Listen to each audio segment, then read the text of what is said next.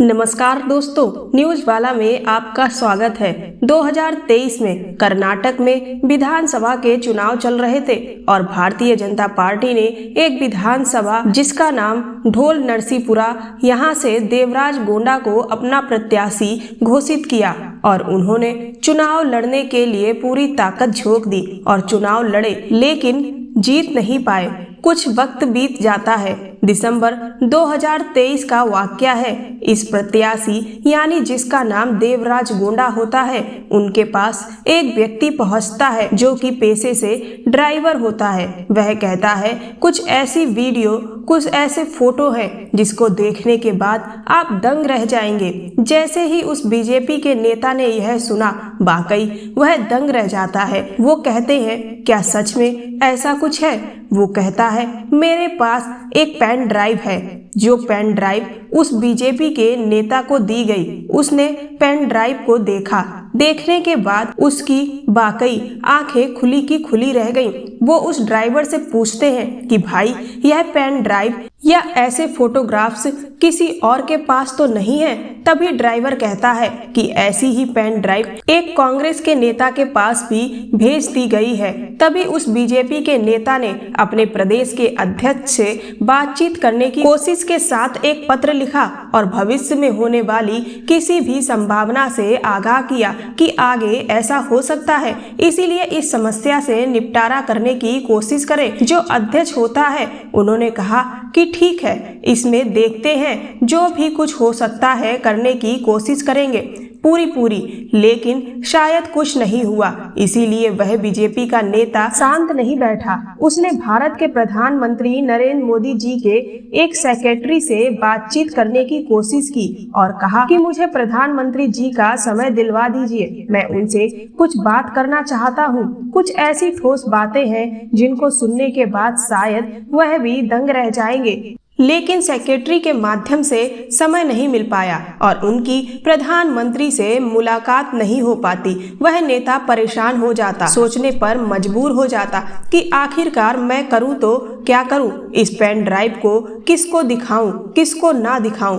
वक्त ऐसे आगे बढ़ रहा था और कर्नाटक में ही एक जगह जनसभा आयोजित होने वाली थी, कार्यक्रम होने वाला था। इस कार्यक्रम में अमित शाह यानी कि गृह मंत्री जी भी पहुंचे हुए थे।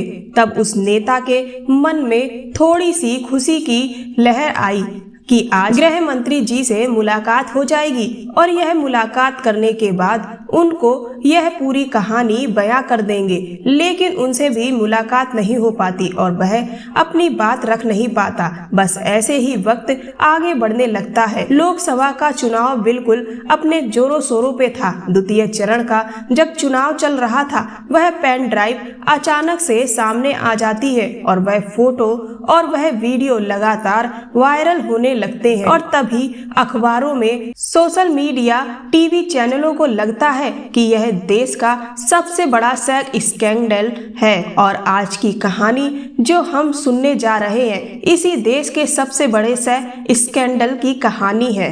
क्या है पूरा वाकया जानने से पहले मेरे चैनल को सब्सक्राइब कर दें। आइए जानते हैं आज की कहानी जो हम सुनने जा रहे हैं। यह देश के सबसे बड़े सेक्स स्कैंडल की कहानी हम आपको आज सुनाएंगे। आज की जो सच्ची घटना हम आपको सुनाने जा रहे हैं, यह कर्नाटक प्रदेश का एक जिला है हासन, और हासन लोकसभा क्षेत्र भी लगता है। यहाँ चुनाव का द्वितीय चरण चल रहा था। तो बात है 23, 24, 25 अप्रैल 2024 की। कुछ लोग जो पार्क में घूमने के लिए जा रहे हैं या फिर बस में सफर कर रहे हैं या फिर चौराहे पर खड़े हुए हैं, तो कोई आता है, लिफाफा देकर चला जाता है। लिफाफे के अंदर खोलकर देखो तो उसके अंदर एक पेन ड्राइव रखा हुआ था। पार्क में बैठा अगर कोई व्यक्ति या बैठने की कोशिश कर रहा है तो बेंच पर पेन ड्राइव रखा हुआ मिलता है, बस की सीट पर पेन ड्राइव रखा हुआ मिलता है। राह चलते कोई भी किसी को भी पेन ड्राइव पकड़ा रहा था और इसी तरह से धीरे धीरे 3-4 दिन में लगभग 2000 से ज्यादा पेन ड्राइव बढ़ जाती है। जब लोगों ने इस पेन ड्राइव को अपने डेस्कटॉप या फिर किसी अन्य माध्यम से पेन ड्राइव के अंदर देखने की कोशिश की तो आखिरकार पेन ड्राइव के अंदर क्या है, यह देखने के बाद लोगों की आंखें फटी की फटी रह गईं। पेन ड्राइव में कुछ ऐसी अश्लील वीडियो और अश्लील फोटो थे जिसको देखने के बाद हर कोई दंग रह जाता है, सोचने पर मजबूर हो जाता है। दरअसल उसमें कई महिलाएं होती हैं और वह महिलाएं चीख रही हैं, चिल्ला रही हैं, रो रही हैं, बिलख रही है, कह रही है कि गंदा काम मत करो, यह वीडियो मत बनाओ, हमें माफ कर दो, हमें जाने दो। बिना कपड़ों की वह महिलाएं होती हैं और जो व्यक्ति वीडियो बना रहा था, जिसका फोटो दिख रहा है, ऐसा दावा किया जाता है कि वह बहुत बड़े नेता का पोता है। वही व्यक्ति, वही नेता का पोता, वह हासन लोकसभा क्षेत्र से प्रत्याशी भी होता है, जीडीएस का प्रत्याशी भी होता है और उसी का वीडियो वायरल हो रहा है। तब 26 अप्रैल 2024 को जब द्वितीय चरण का चुनाव चल रहा था, तभी अश्लील वीडियो को जो 2000 पेन ड्राइव में होते हैं, अब वो 2000 पेन ड्राइव में नहीं थे, बल्कि वह हर एक मोबाइल में जाकर लोगों के पास होते हैं। अब वह एक दूसरे को दिखाए जा रहे थे और बताए जा रहे थे कि देखो आज आप इसके लिए वोट करने जा रहे हैं। और वह व्यक्ति महिलाओं के साथ अश्लील हरकतें कर रहा है, वह उनकी वीडियो बना रहा है, वह उनका शोषण कर रहा है। और जैसे जैसे यह वीडियो के बारे में बताया जा रहा था, फिर क्या था, फिर तो हंगामा खड़ा हो जाता है। कौन है व्यक्ति, इसके बारे में आज बात करने की कोशिश करेंगे। इस व्यक्ति का नाम है प्रज्वल रवेना, जिसकी उम्र लगभग 33 साल के आसपास है, जो कि साल 2019 में भी इसी लोकसभा से सांसद चुना गया था। और अचानक से इसका जो वीडियो है वह थोड़ी बहुत नहीं बल्कि बड़ी तादाद में लगभग 2976 के आसपास क्लिप है जो वायरल हो रहे थे।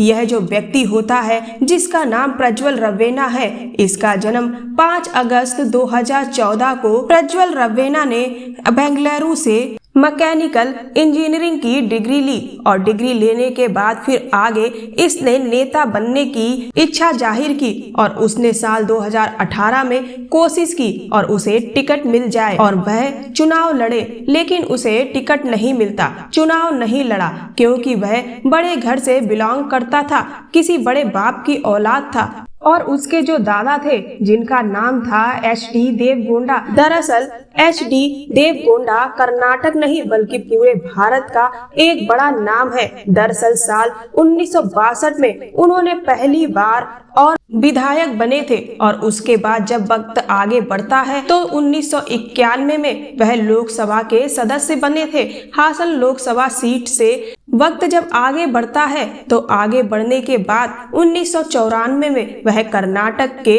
मुख्यमंत्री भी चुने गए। जून 1996 से अप्रैल 1997 तक साल 1998 में भारत के 11वें प्रधानमंत्री के रूप में भी चुने गए। साल 1998 में हासन लोकसभा क्षेत्र से सदस्य चुने गए। 2004, 2009 और 2014 में भी वह सांसद चुने गए थे, लेकिन जब साल 2019 के इलेक्शन की बात आती है तो उनका जो पोता होता है जिसका नाम प्रज्वल होता है, उसने जब कहा कि मुझे भी राजनीति में आना है तो उनके दादाजी ने अपने पोते के लिए सीट छोड़ दी और वह यहाँ से चुनाव जीत भी जाता है।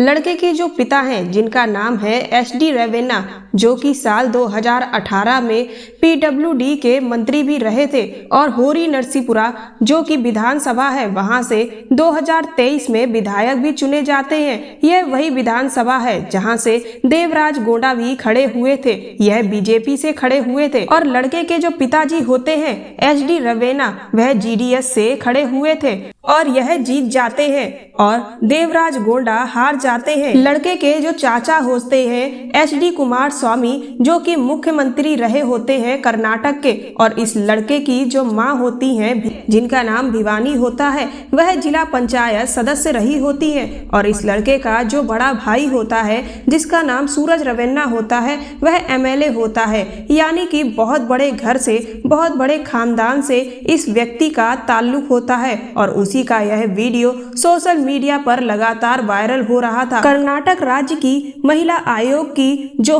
अध्यक्ष होती हैं और जैसे ही उनके पास यह वीडियो पहुंच जाता है, 24 अप्रैल को उनके पास यह वीडियो पहुंचता है और 27 अप्रैल को वह पत्र लिखती हैं मुख्यमंत्री को और मुख्यमंत्री से इस मामले पे उच्च स्तरीय जांच करने के लिए कहती हैं। 28 अप्रैल 2024 को मुख्यमंत्री जी एक एसआईटी का गठन करते हैं जिसमें एडीजीपी वीके सिंह, बीजी सुमन पानेकर और आईपीएस सीमा लाटकर को शामिल किया जाता है। यह कमेटी बनकर तैयार होती है, तभी इसी बीच में थाने में एक शिकायत पहुंचती है और यह शिकायत करने वाली कोई और नहीं बल्कि इसी नेता के घर से ताल्लुक रखने वाली एक नौकरानी होती है, मेड होती है। शिकायत पहुंचती है।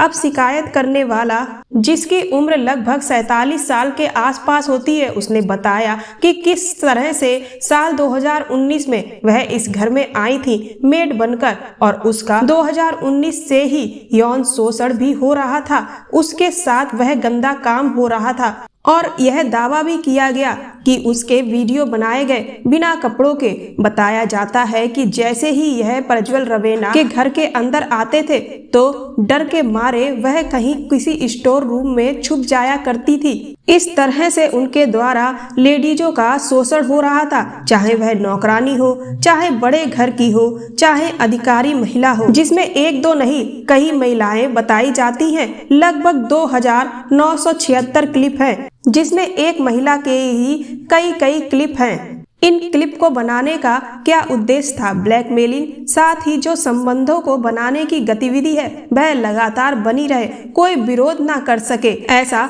दावा किया जाता है और रिपोर्ट दर्ज हो जाती है। 506, 509 यह धाराएं लगाई जाती हैं और जैसे ही सोशल मीडिया पर, अखबारों के माध्यम से, टेलीविजन के माध्यम से अब यह एचडी देवगौड़ा जो भारत के पूर्व प्रधानमंत्री रहे हैं, उनके पोते के बारे में 2024 का अभी रिजल्ट नहीं आया है। जीतेंगे कि हारेंगे यह तो भविष्य ही बताएगा।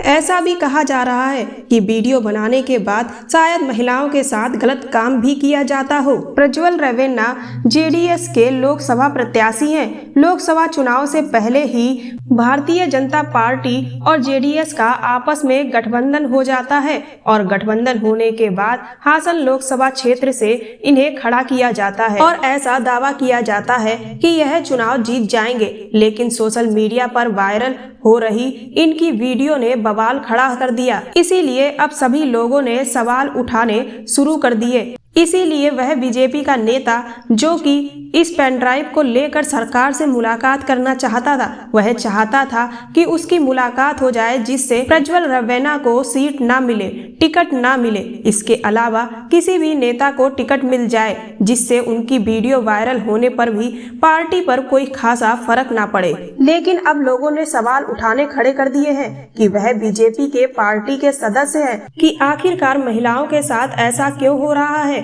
और यह लगातार वायरल हो रहा है। आगे 26 तारीख को यहाँ का चुनाव भी हो चुका है। अब आगे क्या कार्रवाई होगी और क्या नहीं होगी किसी को नहीं पता, पर जो ये नेता होता है प्रज्वल रवेना, इसको पता चल जाता है कि इसका वीडियो किस तरह से वायरल हो रहा है और यह मौका देखकर 27 अप्रैल 2024 को सुबह 3:30 बजे के आसपास कर्नाटक से फ्रैंकफर्ट के लिए रवाना हो जाता है और वहां से जर्मनी भाग जाता है। ऐसा दावा किया जा रहा है क्योंकि उसका वीडियो लगातार वायरल हो रहा है। अब पक्ष विपक्ष एक दूसरों पर आरोप लगा रहे हैं, कांग्रेस बीजेपी पर और बीजेपी कांग्रेस पर आरोप लगा रही है। इस पूरे बवाल में आगे क्या होगा क्या नहीं होगा कुछ भी कहा नहीं जा सकता है। जिस तरह से एक बड़े नेता का पोता इस तरह की हरकतें कर रहा है, जांच में क्या होगा यह कोई बड़े लोगों के साथ जांच किस तरह की होती है आप इसका अंदाजा लगा सकते हैं। दोस्तों, इस पूरे घटनाक्रम को सुनाने का उद्देश्य किसी को भी